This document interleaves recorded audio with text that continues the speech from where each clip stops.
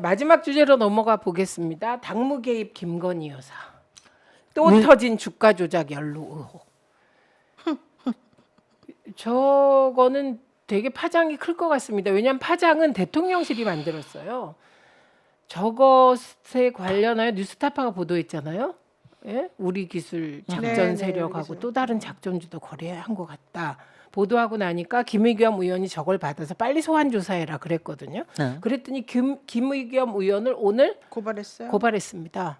누가? 대통령실이. 대통령실이. 나는 말이죠. 이거를 제일 먼저 얘기하고 싶다. 김건희 여사 제발 대통령실에서 나가줘요. 제발. 아니 제2부속실을 만드는 건 뭐라고 안 그럽니다. 대통령실을 이게 말하자면 정말 저는 정말 대통령실을 농단하고 있다고 생각을 합니다. 왜냐 대통령실에 속해 있기 때문에 제가 항상 얘기했잖아요. 예산 문제, 인사 문제, 정보 문제 이런 것까지인데 이런 것까지 다 나서 가지고 좌지우지할 수 있는 거예요. 그 다음에 지금 대통령실을 팔아가지고 가령 당무 개입하는 것도 대통령실을 팔아가지고 당무 개입하는 거 아니에요, 말하자면은. 그러니까 우선 이런 거를 하려고 그러면 대통령실에 나가야 됩니다. 제발 좀 우리 당신 대통령실에 선출하지 않았습니다. 대통령실에 나가주세요. 제2부속실 만들어요. 예, 제2부속실 만들어야 되고 지금 말씀 중에 네. 개입해도 확인할 수 없다는 게 이게 없던 큰 거예요. 문제인 거예요. 네. 왜냐하면 제2부속실이 있으면 다 그 제2부속실에서 통제가 되고 기록이 다 기록이 남아요. 근데 지금은 짬뽕된 거예요. 네. 대통령의 일정과 영부인의 일정이 짬뽕이 돼서 누가 지시했고 뭐 한 게 섞여져 있는 겁니다. 글쎄요. 그러니까 이게 위험한 대통령실이라고 거죠. 할 때 지금 얼마나 대통령을 모욕을 주고 있느냐. 대통령실이라고 할 때 이게 윤석열 대통령의 뜻인지 아니면 김건희라고 하는 다른 권력자의 뜻인지가 혼동되게끔 지금 조금 여론을 만들고 있단 말이에요. 이게 국익에 도움됩니까? 아니 국익을 훼손할 우려가 국익을 크죠. 훼손하고 있는 예. 요즘에 바뀐 거 모르세요? 뭐를? 국어사전 바뀌었어요. 뭐. 국익이 훼손하다라는 것의 단어 개념이 자체가 달라졌어요. 근데 아니 저는 정말 이거는 이래서는 안 돼. 아니 왜냐면 나는 김건희 여사가 개인적으로 자기의 명예훼손 가지고 김의겸 의원을 고발할 수도 있죠. 대통령실이 근데 왜 했습니다. 대통령실이 했느냐고. 대통령실이 나서가지고 대통령실이 나서가지고 나는 그래서 거기다가 대통령까지 끌어들이냐고. 대통령이 이런 거는 못 참는다라는 나는 그래서 식으로. 이게 도이치모터스 주가 조작하는 와중에 그 중간에 좀 휴직이 있었을 때 그때 우리 기술 그 작전주가 들어갔다는 거잖아요. 이 얘기가. 그래서 그 당시에 재판할 때 그 도이치모터스 주가 조작 재판에 들어갔었던 그 검사 2명이 실제 김건희 여사가 어떤 행위를 했는지를 조목조목 읊어가면서 재판에서 아예 증인 신문을 한 내용이 있잖아요. 네. 그 사람들이 바로 송윤상 검사하고 김민석 검사인데 이 사람들 지금 이번에 인사이동 때문에 한 명은 인천지검 가고 한 명은 천안지청 갔잖아요. 이분들이 나는 솔직히 나중에 양심 선언 해줬으면 좋겠어. 왜냐하면 이분들은 이 도이치모터스 주가 조작이 어떤 식으로 이루어졌는지에 대해서 제일 정확히 아는 사람들이잖아요. 검찰의 시각에서라도 이분들이 그 중간쯤에 우리 기술 주가 조작 사건이 어떻게 돌아가는지를 사실은 모를까요? 난 안다고 봐요. 그래서 왜냐하면 그 뉴스타파 기자는 그 재판에 들어가서 검사가 하는 말, 판사가 하는 말을 듣고서 이거 정리를 한 거거든요. 그러면 실제 그 증거들은 전부 다 그 검사들이 갖고 있단 말이에요. 결론적으로는 이 송윤상 검사랑 김민석 검사가 현재는 지금 좌천되거나 뭐 쫓겨났다. 하도 김건희 여사에 대한 걸 정확히 지적해서 뭐 이런 설이 있지만 제가 봤을 때 이분들이 좀 있으면은 더 이상 이제 침묵하지 않을 가능성이 있다. 나는 이렇게 봐요. 어쨌든 검찰이 이런 이런 동안은 쉽지 잠시만요. 않지. 이런 문제 제기가 됐습니다. 이거 되게 그 두 중요한 사람이 부분이에요. 자천됐다. 네, 그러니까 네. 법무부가 즉각 아니다라고 아니라고 반박하긴 했죠. 했어요. 그러나 뭐 제가 만약에 이런 상황이 닥치고 힘 있는 사람이라면 자천시킬 것 같은데요. 그렇죠. 시키고 싶겠죠. 눈에 가시같이 보이겠죠. 저 멍청한 놈들이 일을 망쳐 이렇게 생각이 들겠지. 근데 결정적인 질문들을 했거든요. 질문들을 아주 녹취록에 그런 질문을 꼭 할 근거해서. 필요는 없거든요.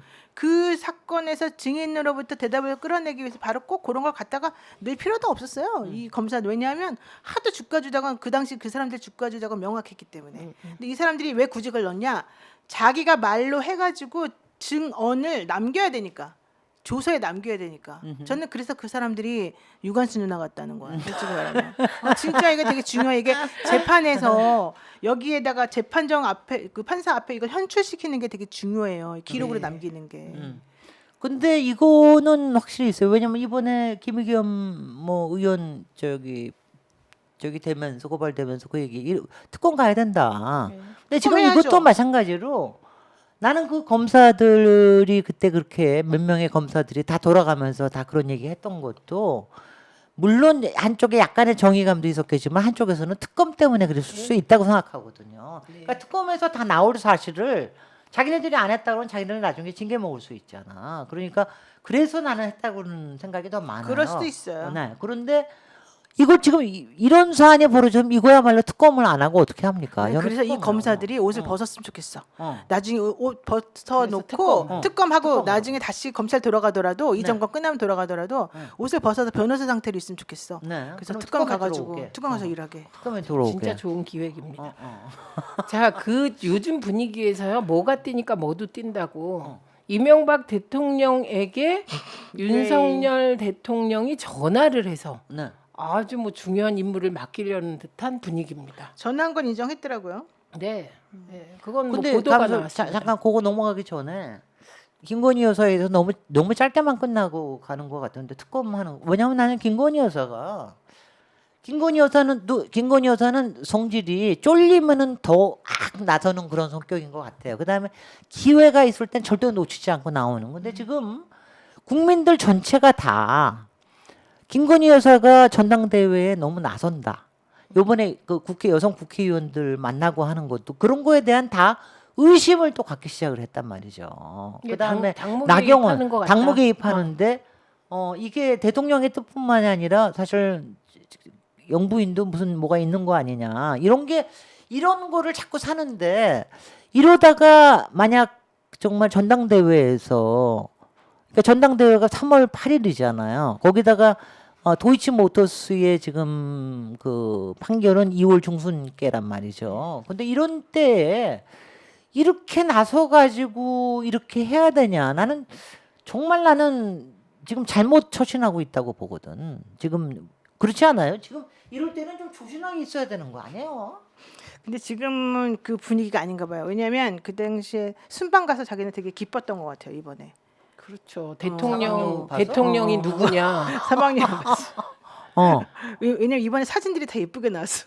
그리고 이번에 전당대회에서 자기가 원하는 방식으로 하고 공천권에 상당히 이제 뭐 가까이 갔다고 생각을 해서 그리고 자기에 대해서 큰 리스크가 지금 이번에 터져 나온 게 없어요.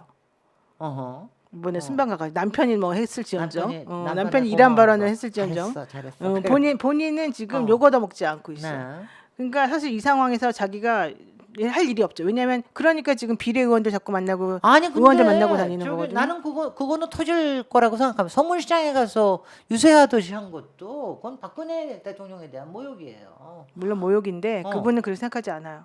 네. 아니 그 양반이. 근데 그런 거를 주변에서 그러니까 말릴 수가 없는 거겠지. 그렇죠. 그리고 그때는 완전 뭐 정치 지도자 포스였어요. 글쎄. 그럼요. 네, 어. 그런 상황이고 난 여성 이러다가- 의원들 만난 거는 이러다가 내년에 비례대표로 나오는 거 아닌가 하는 그런 생각까지 들더라고. 그 아니, 양반. 그건 안 할 궁극적으로는- 거야. 왜냐면 그렇게 하려면 얼마나 골치 아파요. 쫓아다니면서 인사해야 되고 막안 돼.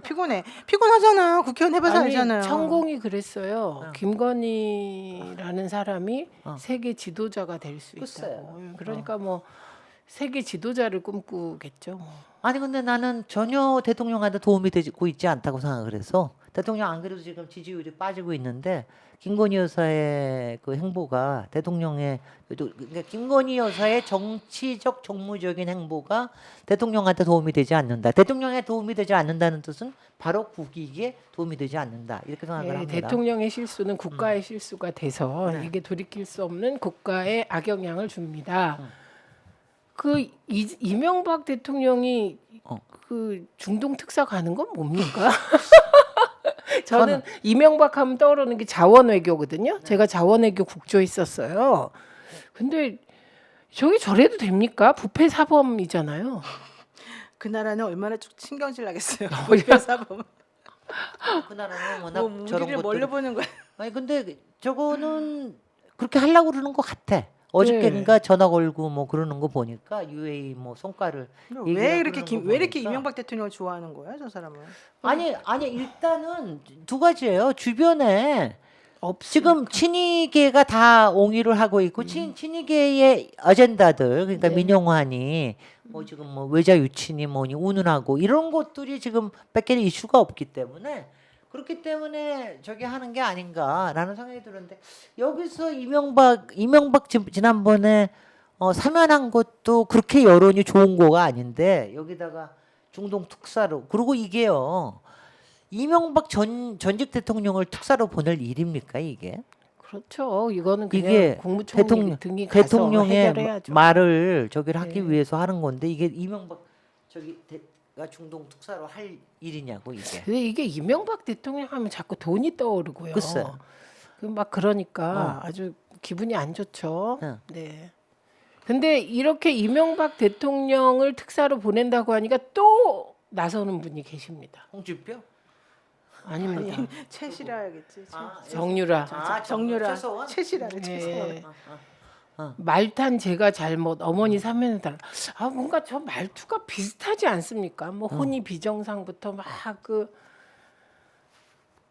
저게 최순실까지 최서원 씨까지 사면해 달라는 요구가 나오고 있는 실정입니다. 그러니까 지금 국정농단 관련한 사람들이 대부분이 사면 복권됐어요. 네.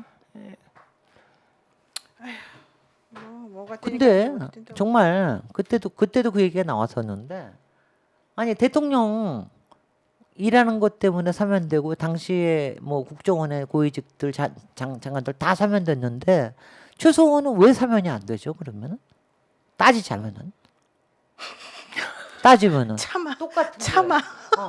참아. 아니 국정농단이 참아. 아니 왜? 국정농단의 그러니까 말하자면 국정농단의 괴수로 보는 거잖아요.